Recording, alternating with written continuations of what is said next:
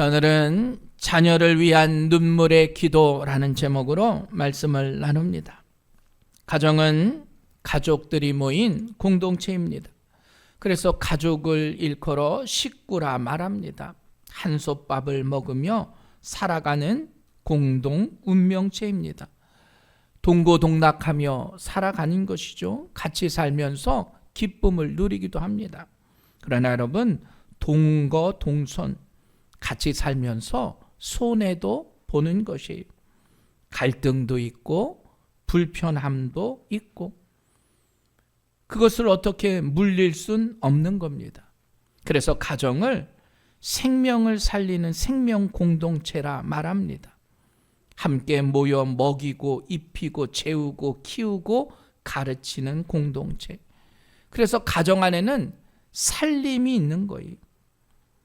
오늘 어버이 주일을 맞이해서 우리가 믿음 안에서의 가정 공동체가 무엇인지를 여러분 다시 한번 생각할 수 있는 여러분들 되시기 바랍니다. 우리가 자라서 성인이 되면 혼례로 가정을 이룹니다. 그리고 살림살이를 해요. 한 식구가 새로 태어나는 겁니다. 부부가 한 식구가 되고 자녀들이 태어나고, 그리고 그 부모와 자녀의 관계는 천륜의 관계가 되는 겁니다. 그 어떤 것으로도 물를 수 없는 거예요. 성경은 말합니다. 내 부모를 공경하라. 여기서의 공경이라고 하는 히브리 단어는 간장, 또 무거움이라는 것이에요. 부모의 권위를 가질 때 우리가 무겁게 존중하며 대하라라는 겁니다. 마치 우리의 신체 가운데 간이 필요한 것처럼.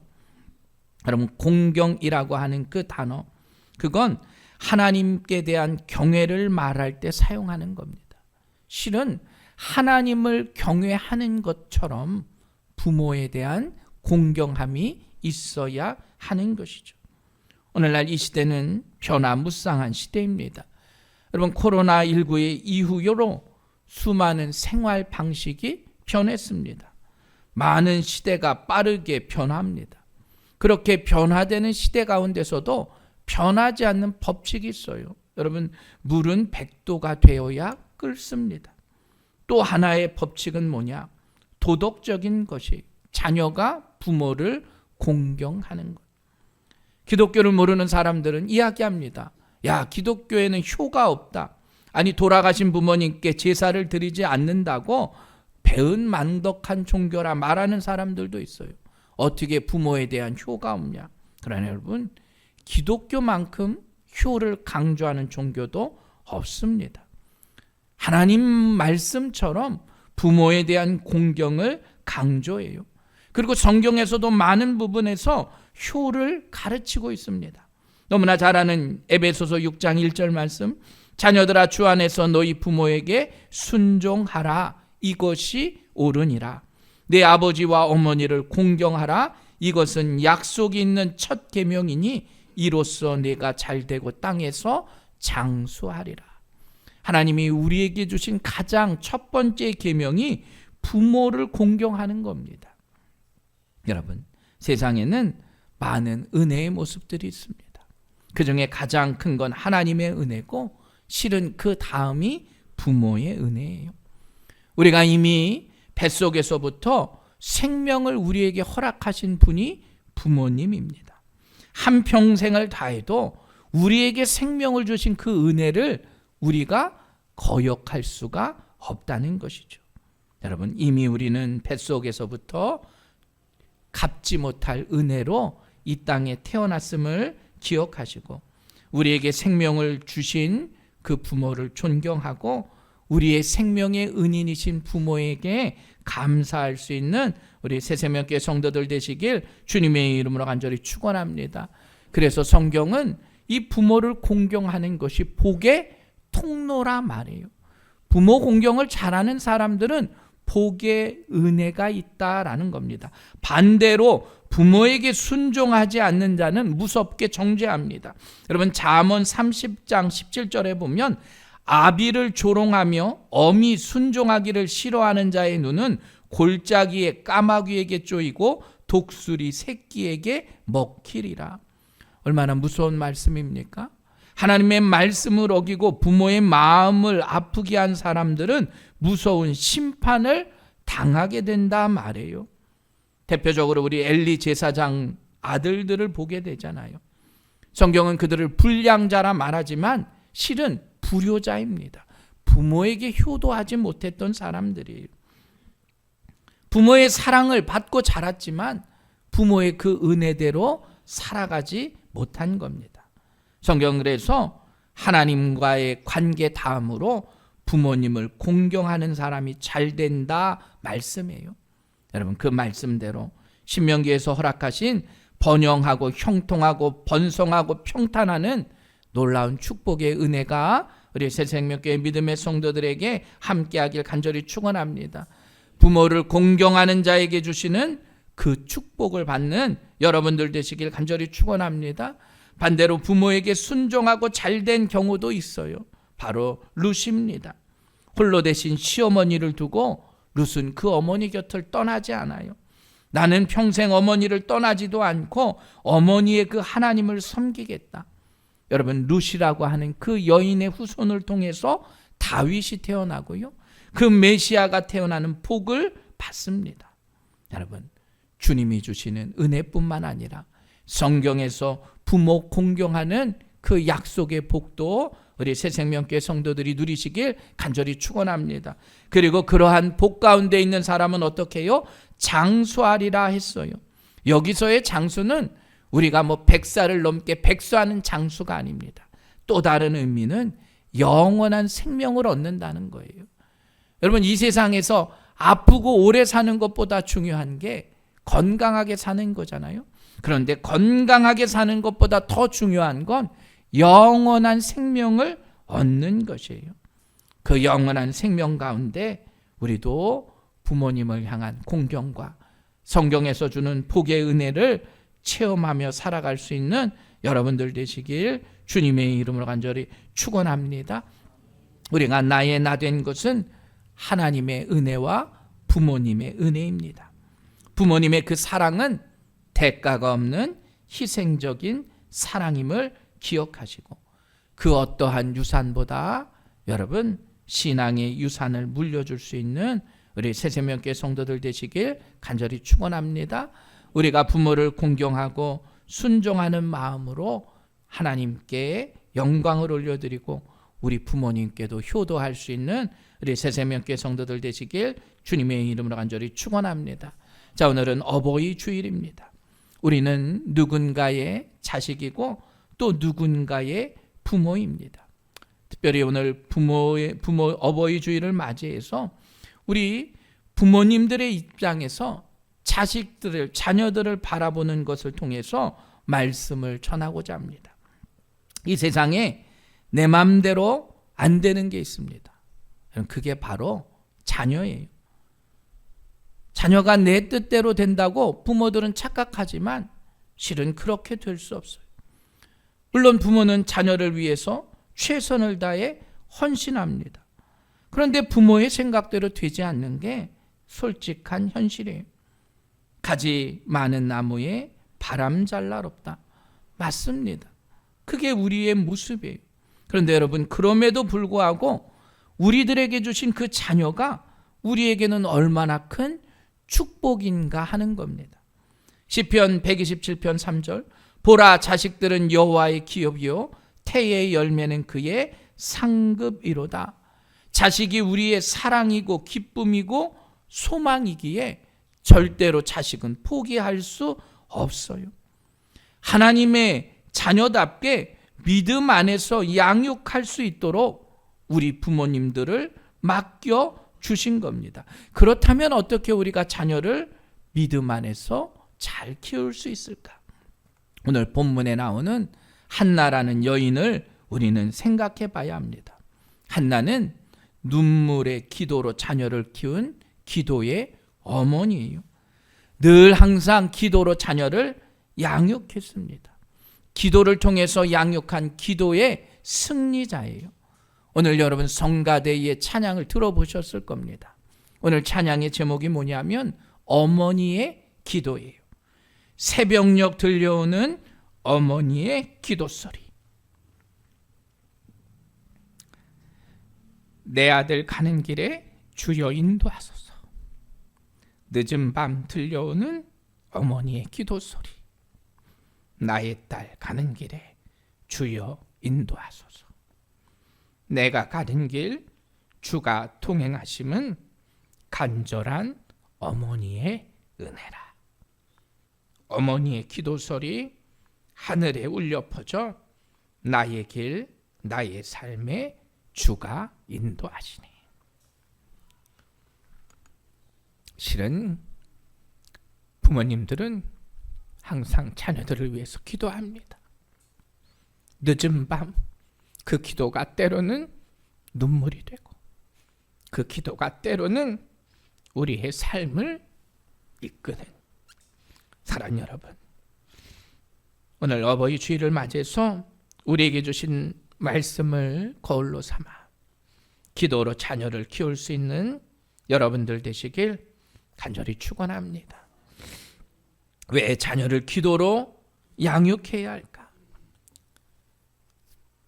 실은 그 어떤 것도 이길 수 없는 영적인 무기가 기도이기 때문입니다.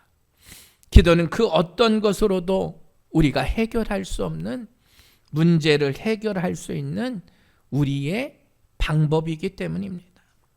오늘 한나는 남편 엘가나 사이에 자식이 없었어요. 엘가나가 당시의 폐습대로 첩을 얻어요. 그래서 자식을 낳게 됩니다. 한나는 자식도 없어 힘이 드는데 첩인 분인나가 한나를 멸시하고 감정적으로 대해요. 여러분, 요즘 젊은이들은 아이를 안 낳으려고 하잖아요. 근데 그 당시는 자식이 없는 게 흠이에요. 고통입니다. 그렇지만 한나는 기도의 사람이었어요.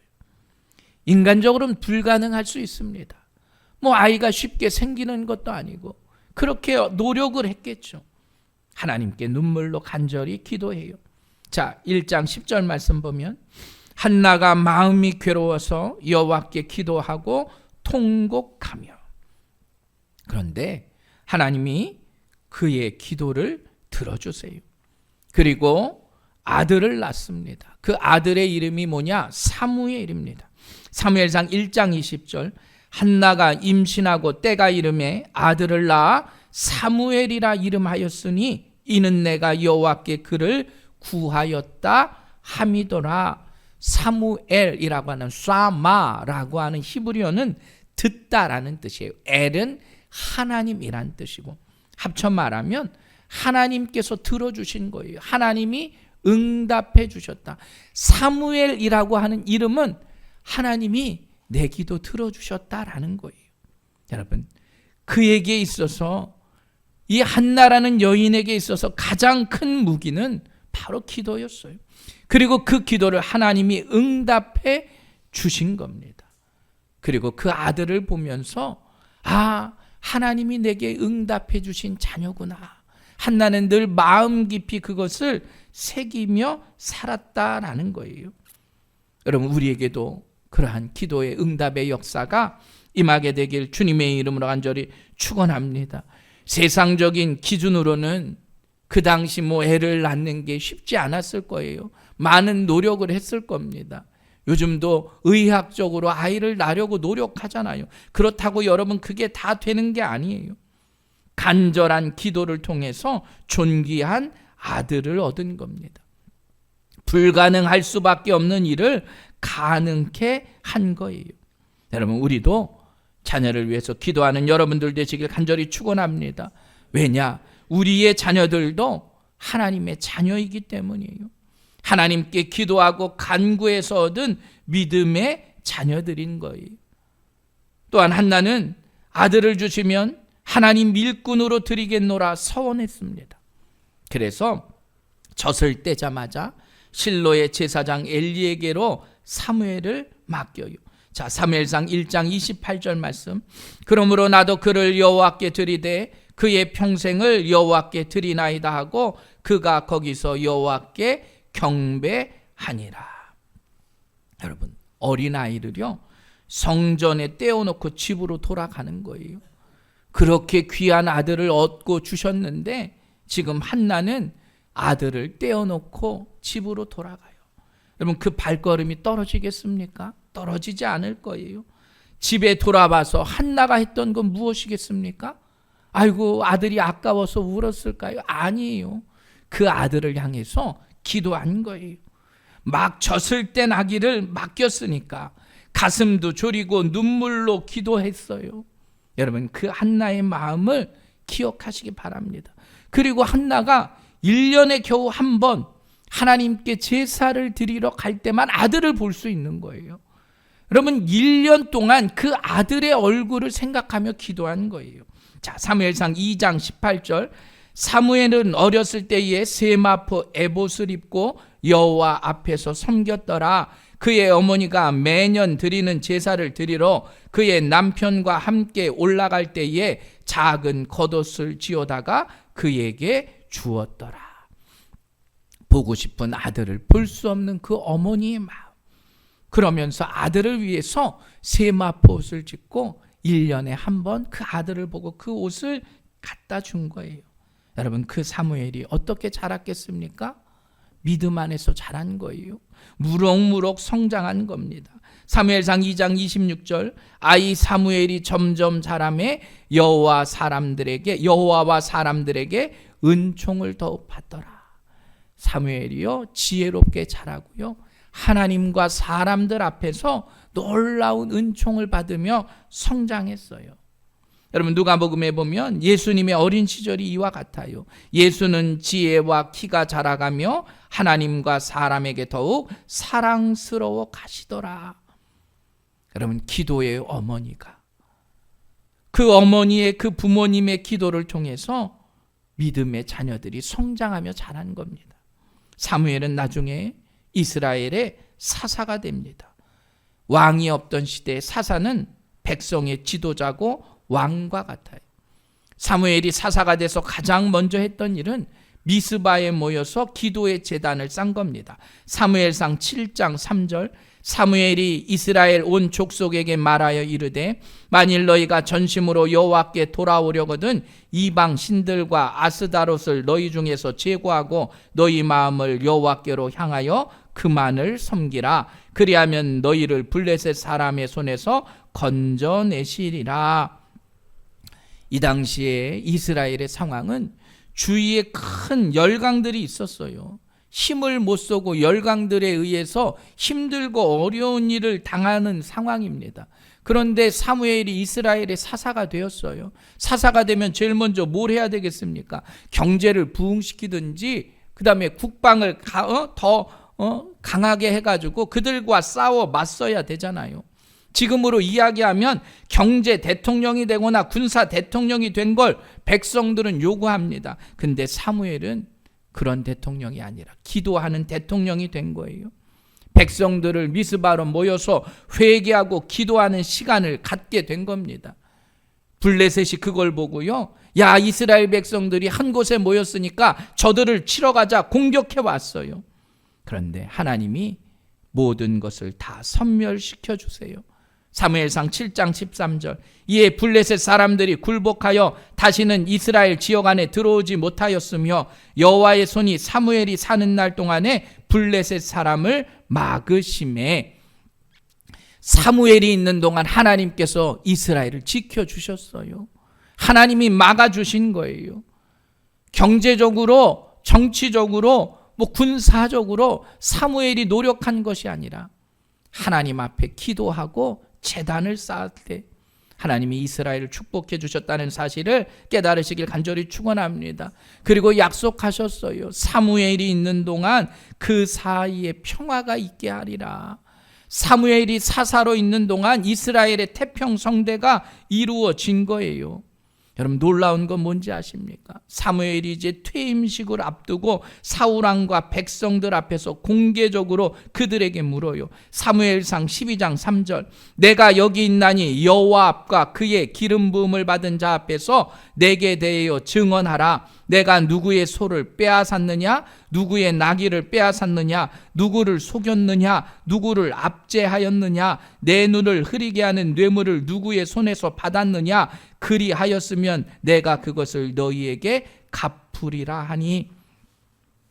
사무엘이요, 퇴임할 때 백성들 앞에서 말하는 거예요. 야, 내가 여호와 앞에서 기름 부은 자 앞에서 내가 대언합니다.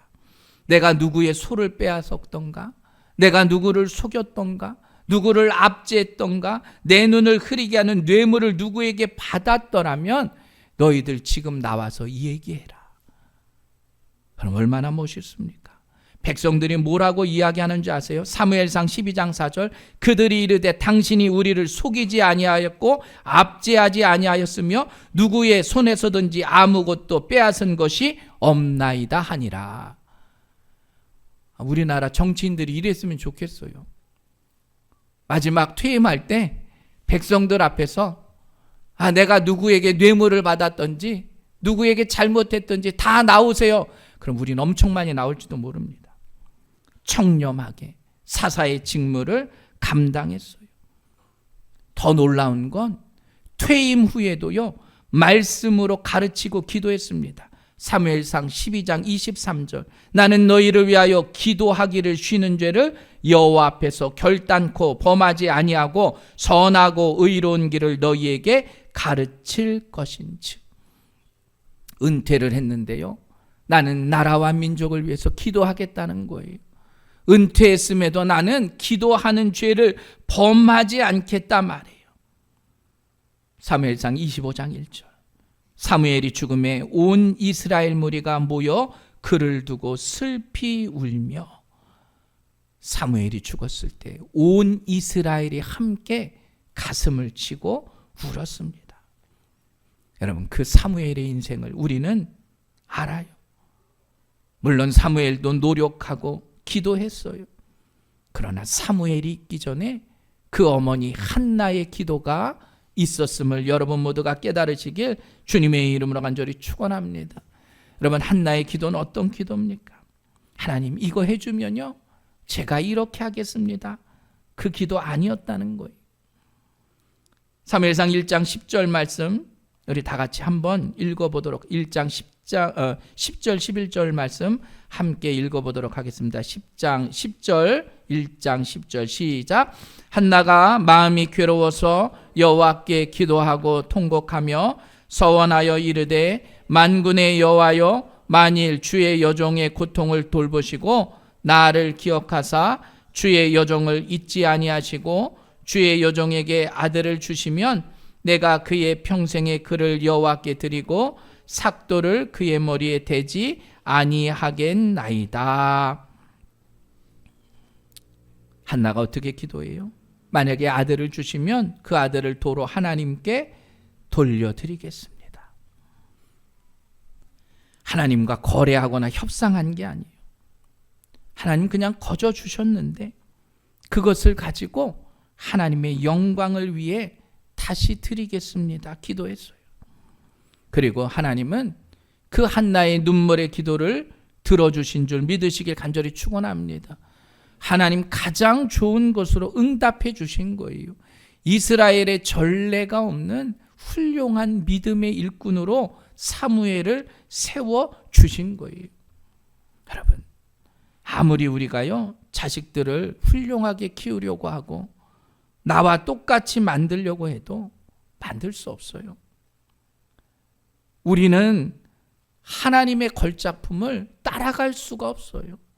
부모가 아무리 잘 만들려고 노력해도 하나님이 함께 하시는 사람을 이길 수 없다는 거예요.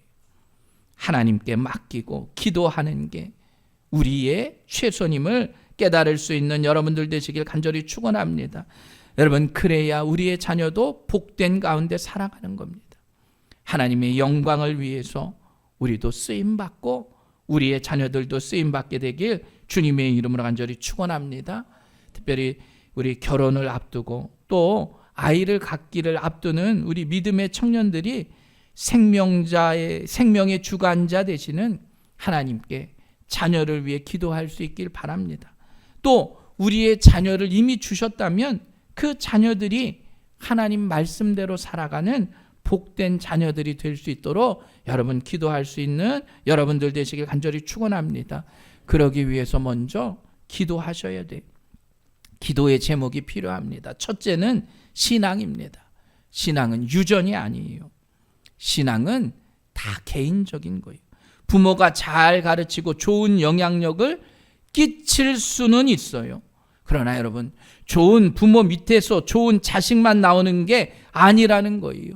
다윗의 아들 압살롬을 보시면 압니다. 다윗이 훌륭한 왕이잖아요. 근데 왕좌에서 아버지를 내쫓고 죽이려고 해요. 마음에 합한 자 다윗에게도 그런 나쁜 자식이 태어난 거예요. 그럼 왜 일이 일어날까요? 다윗이 기도했겠죠. 그러나 여러분, 자식을 향한 눈물의 기도가 때로는 부족할 수 있습니다. 우리가 자식을 향해서, 자녀들을 향해서 신앙의 성장을 위해서 먼저 기도할 수 있는 여러분들 되시길 간절히 축원합니다. 하나님을 믿는 신앙을 갖는 게 우선입니다. 두 번째는 뭐냐? 세상을 살아가려면 실력이 있어야 해요. 실력은 어떤 실력입니까? 열심히 공부하는 것 아니에요. 그것보다 더 지혜가 있어야 합니다. 지식의 근본은 하나님을 통해서 얻어지는 거예요. 우리가 때로는 기도해도요, 자녀들이 더딜 수도 있고 늦을 수도 있어요. 그잖아요. 공부하길 원하는데 공부 싫어하는 자녀들도 있어요. 그럼 백날 시켜도 되지 않아요. 그런데 그 마음에 하나님을 섬기고 지혜 있는 자녀는 달라요. 여러분, 지혜의 자녀들을 위해서 기도할 수 있는 여러분들 되시길 간절히 축원합니다. 그리고 지혜 있는 자녀가 실력 있는 자녀예요. 지혜가 있는 자녀가 세상 가운데서도 쓰임받아요. 야고보서 1장 5절, 너희 중에 누구든지 지혜가 부족하거든 모든 사람에게 후히 주시고 꾸짖지 아니하시는 하나님께 구하라, 그리하면 주시리라. 여러분, 지혜를 얻는 건 간단합니다. 하나님께 구하래요. 성경은 말합니다. 하나님께 구한 자에게 지혜가 부족해도 주시겠다는 거예요. 그렇다고 내가 꾸짖거나 그럴 필요도 없다는 거예요. 지혜 달라고 우리 자녀들에게, 자녀를 위해서 기도할 수 있는 여러분들 되시길 바랍니다. 또 우리가 무엇을 위해서 기도하느냐? 실은 우리의 마음에 성품들이 다 있어요. 우리 안에 인격적인 모습이 있다는 거예요. 요즘에 사회가 무너지는 이유는 뭐냐? 이 안에 있는 인격의 모습들이요, 너무나 포악해졌어요. 다른 사람이 잘 되고 나만 잘 되기를 바라는 거예요. 오늘날 공직의 후보로 추첨되면 검증을 하잖아요. 우리나라 하나만 잘못해도 요즘은 다 낙마합니다. 여러분, 믿음의 성도들 뿐만 아니라 정치하는 사람들이요, 또 사회적으로 덕망 있는 사람들이 깨끗한 인격, 그 바른 인격을 가지고 있어야 합니다. 우리의 자녀들도 마찬가지. 공의로우신 하나님 앞에서, 사랑의 하나님 앞에서 온전한 믿음의 성품을 가지고 자랄 수 있는 우리의 자녀들이 되길 간절히 축원합니다. 그러한 자녀들이 뭘 가질까요? 꿈을 갖는 거예요. 비전을 갖는 겁니다. 우리는 자녀들이 그 비전을 가질 수 있도록 기도해 주는 거예요. 꿈과 비전을 향해서 나아갈 수 있도록 우리는 후원해 주는 겁니다. 여러분, 우리의 영적인 부모는 바로 그것을 위해서 맡겨준 사명을 감당하는 거예요. 우리의 자녀들이 꿈과 비전을 향해서 쓰임받는 자녀들이 되길 간절히 바랍니다. 그리고 마지막, 하나님의 섭리를 깨닫는 거예요. 여러분, 인생은 하나님이 주관하고 계십니다. 아무리 내가 잘나도요, 하나님의 도우심이 없으면 아이들이 온전히 자랄 수 없어요. 시편 127편, 여호와께서 집을 세우지 아니하시면 세우는 자의 수고가 헛되며 여호와께서 성을 지키지 아니하시면 파수꾼의 깨어있음이 헛되도다. 너희가 일찍이 일어나고 늦게 누우며 수고의 떡을 먹음이 헛되도다. 아무리 우리가 계획하고 준비해도요, 걸음을 인도하시는 이는 여호와 하나님이심을 믿으시길 간절히 축원합니다. 그 하나님의 섭리를 알기에 우리에게 말씀하세요. 너는 내게 부르짖으라. 내가 내게 응답하겠고. 부르짖는 게 먼저예요. 여러분, 우리의 자녀들의 미래가 하나님의 손에 달려 있음을 기억하시고 그것을 위해서 우리가 눈물의 기도를 자녀를 위해서 할 수 있는 우리 새생명교회 성도들 되시길 간절히 축원합니다. 때로는 우리가 세상의 사람들보다 부족할 수 있어요. 자녀들에게 그만큼 못해줄 수도 있어요. 때로는 그것 때문에 자녀들과 어려움을 겪을 수도 있습니다. 그러나 여러분, 그것보다 가장 중요한 것, 눈물의 기도를 통해서 무릎 꿇는 게 우선임을 기억하시고, 오늘도 그 눈물의 기도를 잊지 마시고 우리도 자녀들을 위해서 기도할 수 있는 여러분들 되시길 간절히 바랍니다. 우리의 부모의 기도가 있었기에 우리가 지금 이 자리에 있는 거예요. 우리 자녀들을 위해서 우리도 부모님처럼 기도할 수 있기를 간절히 축원합니다.